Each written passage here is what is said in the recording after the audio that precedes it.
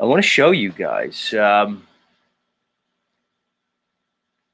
how they conditioned you for space travel. I mean, heck, we got all kinds of countries going to the moon.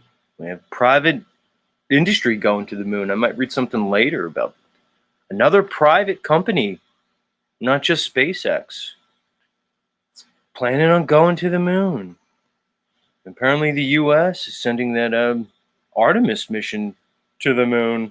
No, back to the moon. Excuse me, of course. But I like to show you guys how they conditioned us for space travel through their propaganda. Space-based propaganda.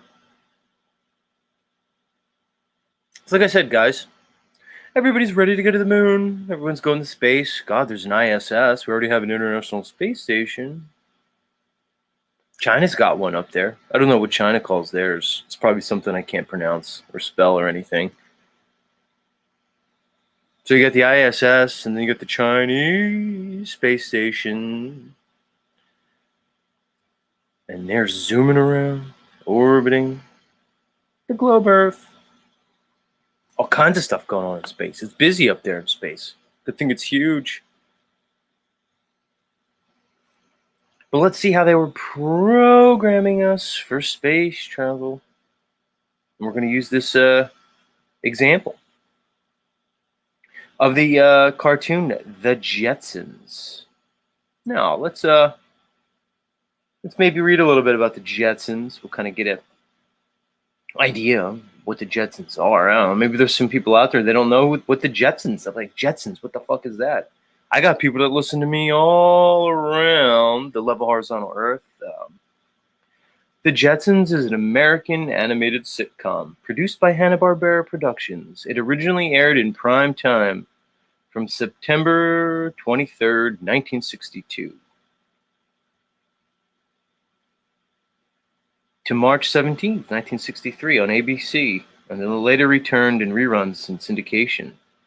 And then they made new episodes in the 80s. Wow, weird. It was Hanna-Barbera's space age counterpart to the Flintstones. Interesting. So the Flintstones conditioned us for, dinosaurs, evolution, that kind of stuff. And the Jetsons conditioned us for, the opposite end of the spectrum. The space age. Yeah. Interesting, it only aired for looks like a season or two originally before they brought it back. Well, let's think about it. 1962, September 23rd. Well, let's think about the times. Let's think about the history of the space race. In 1962. Now let's remember. Sputnik was the first satellite in space, put up by the Russians in the mid-50s. 56, 57, something like that. Then we have NASA form in the late 1950s. Remember, we didn't go to the moon, apparently, until 1969. Seems like we were just kind of up there. Like, we had just barely made it to space by the time the Jetsons came out in 62. We didn't even really barely know what it was, apparently. But interestingly enough, they had this whole idea about the space age. They figured it out pretty quickly. Hey, we can, fly around in space and stuff. Which is weird, because the Jetsons, weren't in space. Just a space age. They didn't, live in space. They basically just lived, elevated in, a really high city. Because, of all the pollution and stuff. So, of course, in the future, there's going to be so much pollution due to You know, the necessity of industry, technology. Of course, it's unavoidable. We just have to do it. We just have to fuck up Earth so bad that we need to like elevate ourselves above like all the smog and pollution. And if you're like, the Jetsons and you're a certain strata of society, well, then you could live above the smog, not like all the plebes who need to be like on the ground and stuff. Those idiots.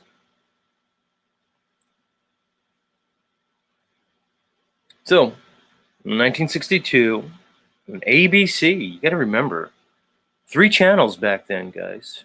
That's what TV consisted of. 3 channels. You had ABC, NBC, and CBS. That was it. The networks, they were called. ABC aired this in prime time. Prime time, everybody. I want you to think about that. You have a whole country with 3 channels, no internet. All eyes were on that damn idiot box in 1962. And you aired the Jetsons. Let's go into it. Let's examine. Because I watched it when I was a kid. Like I said, they had new episodes in the mid 80s. They were re-airing in reruns this original Jetsons from the 60s. So I was introduced to this. I used to watch the Jetsons all the time. Let's see what they were showing the American public about the space age in 1962. It's funny. I mean, I've seen a clip recently. You guys have seen it because I've showed it to you about Neil deGrasse Tyson when he told us that we didn't even know that, like, for sure that Earth was a globe and like a planet amongst the other planets until we went to the moon in the late 60s. And then we were able to look back and see planet Earth, third rock from the sun, in all its planetary glory. Which makes sense. I mean, you could theorize that like Earth is a planet amongst the other planets, just like the rest of them. You could theorize that all you want. You could do your maths. I always like putting the S on the end of math for all my, my non-Americans out there. Hey guys, can we put an S on math here in the States? Can we do that? I like maths better than just math. Anyway, I digress. So you can theorize that Earth is a globe, and it's a planet. And according to Neil deGrasse Tyson, he's really smart, astrophysicist. And he said it wasn't until we went to the moon that we proved, beyond a shadow of a doubt, that Earth's a globular planet existing in a solar system, revolving and orbiting around the fusion gas ball that we call the sun, which somehow is able to exist in a near perfect vacuum of space. But here, I don't know, in the 60s, they're kind of like have it all figured out about what space is, space age, 1962. Interesting. I mean, I guess I shouldn't be surprised because if you remember, we watched that one movie a few weeks ago, Voyage to the Moon. This is the first sci-fi movie, which was made in like 1902 or 1904 or something like that. So why should I be surprised? 60 years after that movie, they had this figured out. Of course, it makes sense. Anyway, let's get into it.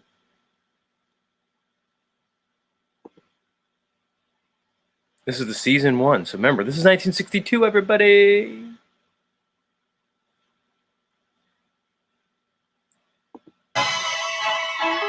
Oh, here we go. We're having a trip through space. Maybe I'll lower the sound just a touch. Look, we're zooming. Look, guys, it starts off. We're in the vastness of space. And we're zooming in towards the beautiful Earth. Now, again, I mean, Sputnik has only been up there for a couple years.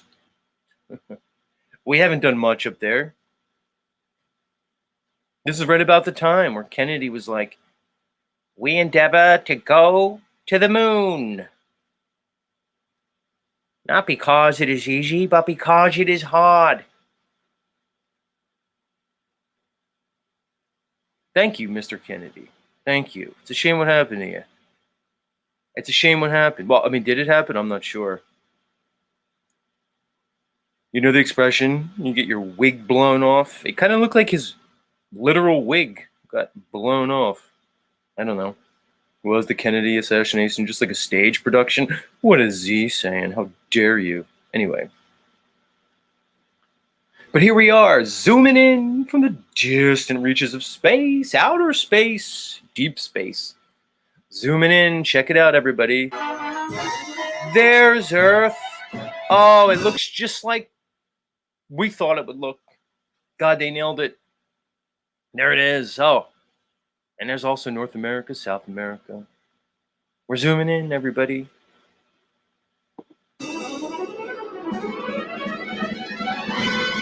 Yeah, I mean, come on.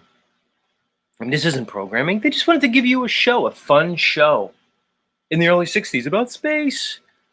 And they wanted to give it zippy music that pulls you in. They wanted to give you a story about an American family called the Jetsons. They're a modern family, but they're not that much different than yours. I mean, they live in the future. They zoom around and fly around, upper atmosphere. They have all kinds of advanced technology, but they're just like you. They have the same issues you do. Dad has to go to work. Mom's, just kind of like, a gold digger. The kids are just, go through the same problems all adolescents do. They just wanted to give you a interesting program. But anyway, let's get into it.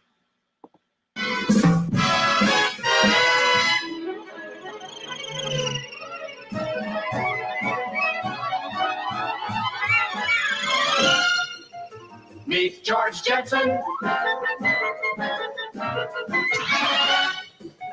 His boy Elroy. Elroy goes to Little Dipper School. I mean, I'm not like that into astrology. I'm not like an astrologer or something, but astrologist. I'm sure the Little Dipper means something. We know the Big Dipper certainly does. You have Ursa Major, Ursa Minor.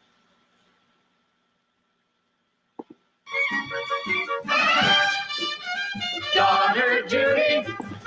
Oh, P.S. A young Zetetic warrior like me, let's say at like 10, 11 years old, oh boy, was I attracted to Judy. I was deep into my imagination about Judy.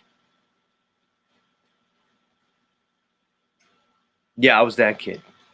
I was hot for cartoons.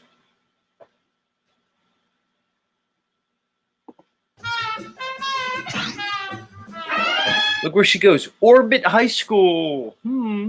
Because it's an orbit. Because, we're orbiting. Everything's orbiting. Which is weird, because remember what I said about Neil deGrasse Tyson? Who said, we weren't even sure about all that stuff until we went to the moon. But we just knew. Like, the theory. Guys, because like Einstein and all these other guys, like Newton, Copernicus, and all these other, Jesuit Masons, 400 or 500 years ago, they had this theory that we were orbiting, that it's not, what you observe, which the sky is moving above you. No, they all said, you're the one that's moving, dummy. I mean, I know you can't feel it, but you're the one moving in astronomical speeds, in multiple vectors. But the Jetsons knew it, apparently, 1962, the writers.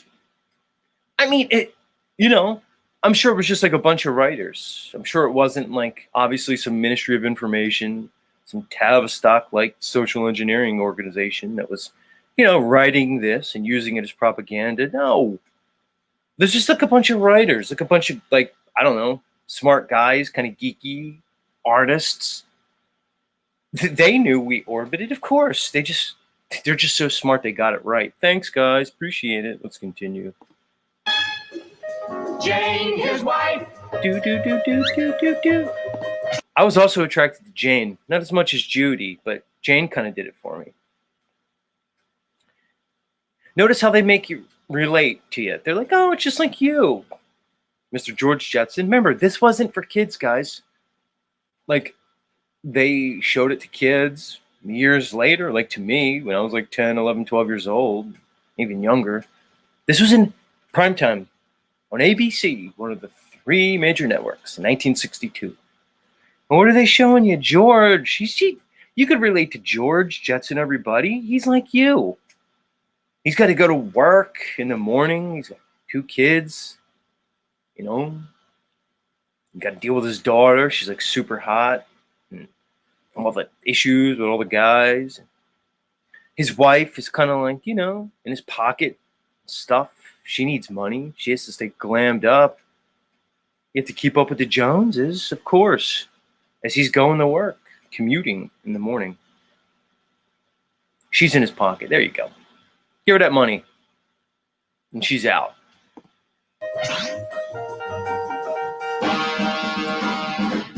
And he works at Spacely's Space Sprockets. So I guess they're saying that, you know, George works for like one of these companies, these corporations that produces products for space. Just like, you know, all these other men and women, mostly men, that were going to be working in all these other companies all around America who are going to be producing products for this coming space age. How many people would you say, guys, I don't think we ever really went to the moon. The Apollo thing's kind of fishy. And they say, nah, my grandpa worked for so-and-so company. And they made space sprockets for the moon. Just like you know, my grandpa was George Jetson, idiot. He made Spacely space sprockets for the Saturn IX rocket, idiot. Of course they went to the moon, dummy. So no, of course they weren't like, you know, preparing everybody who was going to be working in all the private sector companies, building all the items, elements, machinery, and otherwise that were going to get us to the moon. They weren't preparing us for that. They were just giving you like a fun, entertaining sitcom that you could all enjoy in 1962. Spacely's Space Sprockets. Very interesting. Yeah. And then he just kicks back because that's the American dream. That's the dream of the space age. Because, of course, it doesn't matter. So what? There's smog. That you have to live in elevated cities above all the shit just to breathe. So what? You know, this technological endeavor is just causing mass pollution, degrading our quote-unquote planet. So what? The promise of the space age is you get your hot fucking wife. You get your conveniences. You get your beautiful home above the clouds. And you get to come into work, kick your feet up, and enjoy all the benefits and wonders of technology. The promise of the space age. The promise of technology. Brought to you by your friendly neighborhood social engineers.